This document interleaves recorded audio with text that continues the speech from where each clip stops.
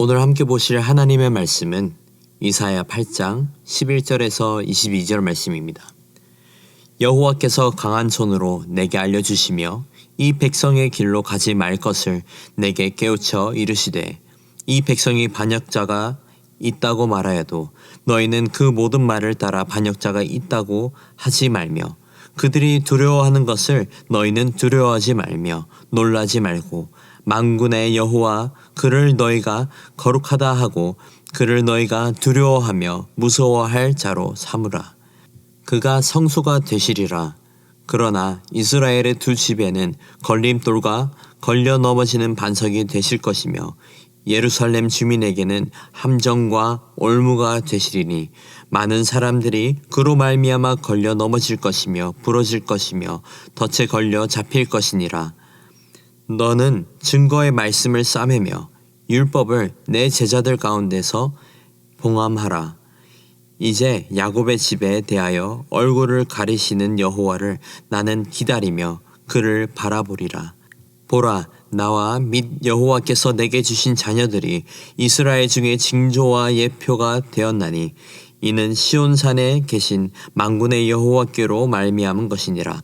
어떤 사람이 너희에게 말하기를 주절거리며 속살거리는 신접한 자의 마술사에게 물으라 하거든 백성이 자기 하나님께 구할 것이 아니냐 산자를 위하여 죽은 자에게 구하겠느냐 하라. 마땅히 율법과 증거의 말씀을 따를지니 그들이 말하는 바가 이 말씀에 맞지 아니하면 그들이 정녕 아침빛을 보지 못하고 이 땅으로 헤매며 공고하며 굶주릴 것이라. 그가 굶주릴 때에 격분하여 자기의 왕과 자기의 하나님을 저주할 것이며 위를 쳐다보거나 땅을 굽어보아도 환난과 흑암과 고통의 흑암뿐이니라. 그들이 심한 흑암 가운데로 쫓겨 들어가리라. 아멘. 이사야 8장과 그 다음 4장 13장까지는 모두 연속된 예언으로 이스라엘이 곧 마주하게 될 멸망과 아수르 왕이 이스라엘 왕국에 일으킬 큰 혼란을 보여주고 이 모든 일이 그들의 죄악 때문에 일어날 것이라고 전해주고 있습니다. 하지만 이러한 암울한 시기에 하나님을 경외하는 사람들에게는 약속하신 메시아의 소망을 전해주고 있습니다. 그래서 8장 초반부 1절에서 4절에서는 시리아와 이스라엘의 연합은 아수르 왕의 손에 무너질 것을 전해주고 있습니다. 그리고 5절에서 10절에서는 유다도 같이 심판의 영향을 받을 것이라고 전해주고 있습니다. 하나님은 시리아와 이스라엘이 대비하고 준비했음에도 불구하고 그들을 아수르에게 넘겨줄 계획이었습니다. 오늘 본문에서 하나님은 이 전쟁에 앞서서 유대 백성들이 남유다 백성들이 어떻게 해야 하는지 이사야를 통해서 전해주고 있습니다. 11절에서 15절을 보시면 이사야는 먼저 유다 백성들에게 여호와를 먼저 두려워하라고 전합니다. 먼저 11절과 12절, 13절을 보시겠습니다. 여호와께서 강한 손으로 내게 알게 하시며 이 백성의 길로 행치 말 것을 내게 경성시켜 가라사대 이 백성이 맹약한 자가 있다 말하여도 너희는 그 모든 말을 따라 맹약한 자가 있다 하지 말며 그들의 두려워하는 것을 너희는 두려워하지 말며 놀라지 말고 만군의 여호와 그를 너희가 거룩하다 하고 그로 너희의 두려워하며 놀랄 자를 삼으라. 이사야와 모든 유다 사람은 위험한 상황에 처해 있었습니다. 이 예언이 이루어진 시점에서는 이스라엘과 시리아의 연합군은 유다의 많은 지역들을 이미 파괴한 상황이었습니다. 왜냐하면 7장 6절에 따르면 이스라엘과 시리아의 연합군은 유다의 아하스 왕을 폐위하고 자신들의 사람을 왕으로 세울 계획이었습니다. 하지만 오늘 이사야의 예언은 시리아와 이스라엘의 군대가 유다를 정복하지 못할 것이라고 한 것입니다. 그리고 그들이 신뢰하고 있던 아수르는 오히려 그들을 공격해서 큰 피해를 입힐 것이라고 전해주고 있습니다. 이 모든 상황 속에서 유다 백성들은 그들 가운데 생겨나는 불안한 마음과 생각이 계속 두려움에 빠져 눈앞의 원수에 집중하기 쉬웠습니다. 하지만 하나님은 그들에게 그렇게 하지 말라고 말씀하십니다. 오히려 그들이 두려워할 대상은 오직 하나님이심을 전해주고 있습니다. 이어서 14절 15절을 보시면 여호와께서 그들의 성소가 되실 것이고 보호하실 분도 오직 여호와라고 전해주고 있습니다. 원수로부터 안전하게 지켜주실 분도 여호와라고 한 것입니다. 14절 15절입니다. 그가 거룩한 피할 곳이 되시리라. 그러나 이스라엘의 두 집에는 거치는 돌, 걸리는 반석이 되실 것이며 예루살렘 거민에게는 함정, 올무가 되시리니 많은 사람들이 그로 인하여 거칠 것이며 넘어질 것이며 부러질 것이며 걸릴 것이며 잡힐 것이니라.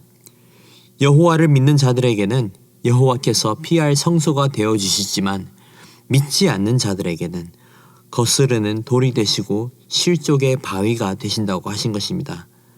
만약 우리가 하나님의 위대함과 영광을 제대로 알고 있다면 여호와께서 모든 원수를 굴복시키실 줄 믿을 줄 믿습니다. 하지만 반대로 여호와 하나님 외에 다른 것을 두려워하고 그것의 소망으로 삼고 있다면 그 결과는 실족과 심판밖에 없다는 뜻입니다.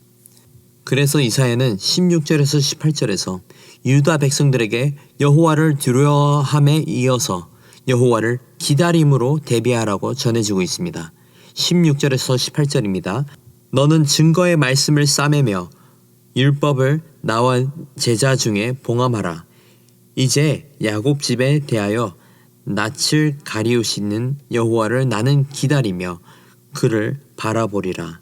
보라, 나와 및 여호와께서 내게 주신 자녀들이 이스라엘 중에 징조와 예표가 되었나니 이는 시온산에 계신 만군의 여호와께로 말미암은 것이니라. 여기서 여호와를 기다린다는 것은 수동적인 비활성을 의미하는 것이 아닙니다. 아무것도 한다는 것이 아닙니다. 오히려 주님의 말씀을 주의 깊게 듣고 그 뜻과 움직임에 집중해서 그의 모든 소망과 원하시는 바에 반응하는 것을 의미합니다. 그래서 16절을 보시면 주님을 기다림은 그의 말씀과도 연결되어 있는 것을 볼 수 있습니다. 우리는 말씀으로 기다려야 된다는 것입니다. 그래서 18절에서 이사야는 자신과 그의 자녀들 마헬살랄 하스바스와 스알랴 숲을 두고 예언의 말씀을 전달하고 있습니다. 이사야 8장 3절에 나타나는 아들의 이름 마헬살랄 하스바스는 빨리 약탈하러 가라, 빨리 노력하러 가라라는 뜻입니다. 이는 아수르가 곧 침공해 올 의미를 두고 있었습니다.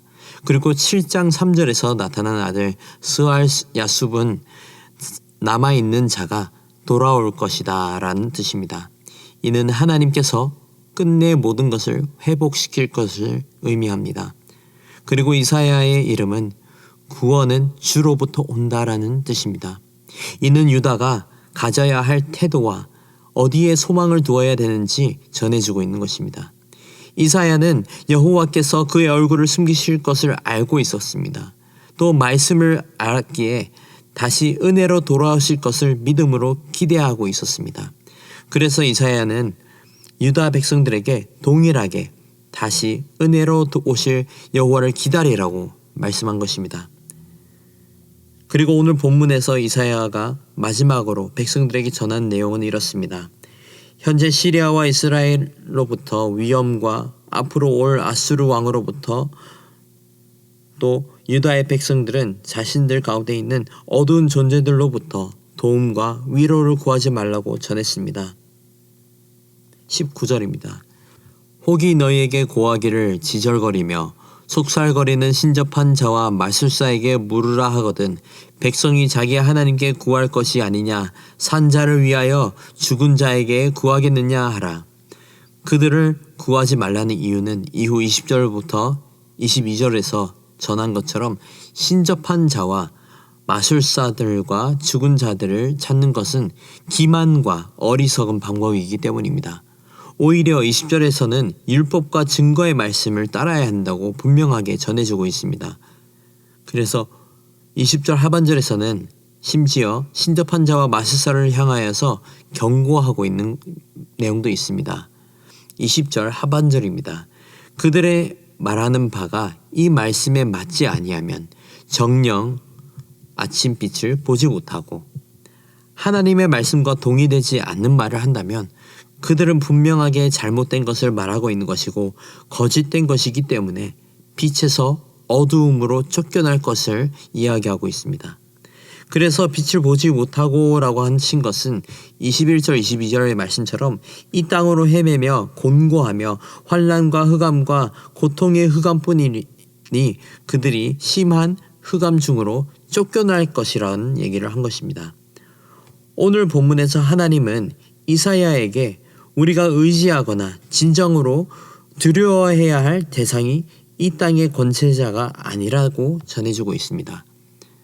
하나님의 백성이 아수르를 두려워하는 것을 보시고 그들이 두려워해야 할 대상은 저들이 아니라 바로 여호와 하나님이시라고 한 것입니다. 정말로 하나님의 백성이라면 삶의 가장 큰 위협이 되는 원수를 두려워하는 것이 아니라 전지전능하신 하나님만 바라야 한다는 것입니다. 그리고 그렇게 하나님만 바라기 위해선 우리가 해야 할 세 가지가 있습니다.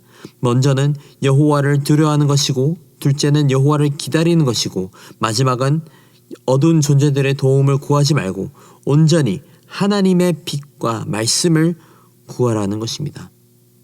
사랑하는 성도 여러분, 우리도 이 땅 가운데 살면서 때로는 세상의 것들을 의지하고 싶어질 때가 있습니다. 눈에 보이는 도움을 구하고 싶고 눈에 보이는 유익, 우리 삶 속에 존재하는 아수르를 쫓고 싶은 것이 바로 죄인된 인간의 본능입니다. 하지만 하나님께서는 진정한 하나님 나라의 백성이 되어서 하나님만을 의지하고 두려워하고 하나님께서 일하시는 것을 기다리고 기대하고 또 세상의 어두운 존재들의 도움을 구하는 것이 아니라 온전히 말씀과 기도로 믿음을 다지고 하나님의 백성으로 살아가기를 바라신 것입니다. 사랑하는 성도 여러분, 우리 주변에 있는 아수르를 의지하거나 두려워하지 마십시오. 오히려 모든 것을 창조하시고 모든 것의 주인 되시는 우리 주 하나님만을 의지하고 두려워하는 은혜가 있기를 소망합니다. 아수르를 두려워하는 것이 아니라 아수르보다 크신 주님만을 두려워하고 의지하는 저와 여러분이 되기를 주님의 이름으로 축복합니다. 함께 기도하겠습니다. 거룩하시고 존귀하신 하나님 아버지 감사합니다. 우리의 반석 되시고 피할 요새가 되시는 주님을 알게 하시고 이 땅의 강력한 원수보다 더 크신 주님을 두려워하고 의지하라는 말씀을 허락해 주심에 감사드립니다.